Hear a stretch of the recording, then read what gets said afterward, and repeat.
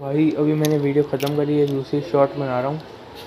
बहुत सारी वीडियो में आता है भी इन दोनों बटन को दबाओ, इन दोनों बटन को दबाओ तो जो इनकी आवाज़ आती है ये बंद हो जाएगी।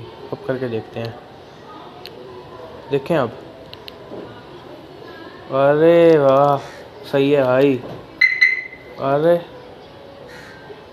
तो इनकी अब इसको दबाया तो आवाज़ नहीं आएगी। ओके, तो ये भी भाई सही फीचर है।